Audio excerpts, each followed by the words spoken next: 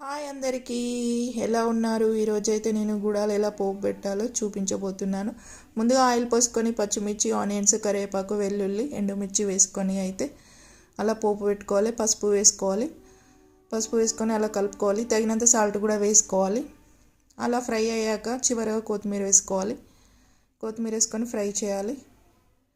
అలా అన్నీ ఫ్రై అయ్యాక ఉడకబెట్టుకున్న గుడాలను అయితే అందులో వేసుకొని కలుపుకోవాలి ఫ్రెండ్స్.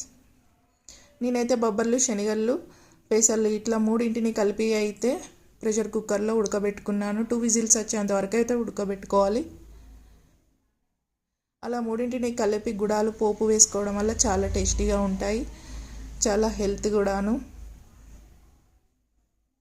మీరు కూడా ఇదే విధంగా గుడాలను పోపు పెట్టుకోండి, చాలా టేస్టీగా ఉంటాయి. అప్పుడప్పుడు ఇలా చేసుకుంటూ ఉండాలి ఫ్రెండ్స్. నచ్చితే please share and subscribe my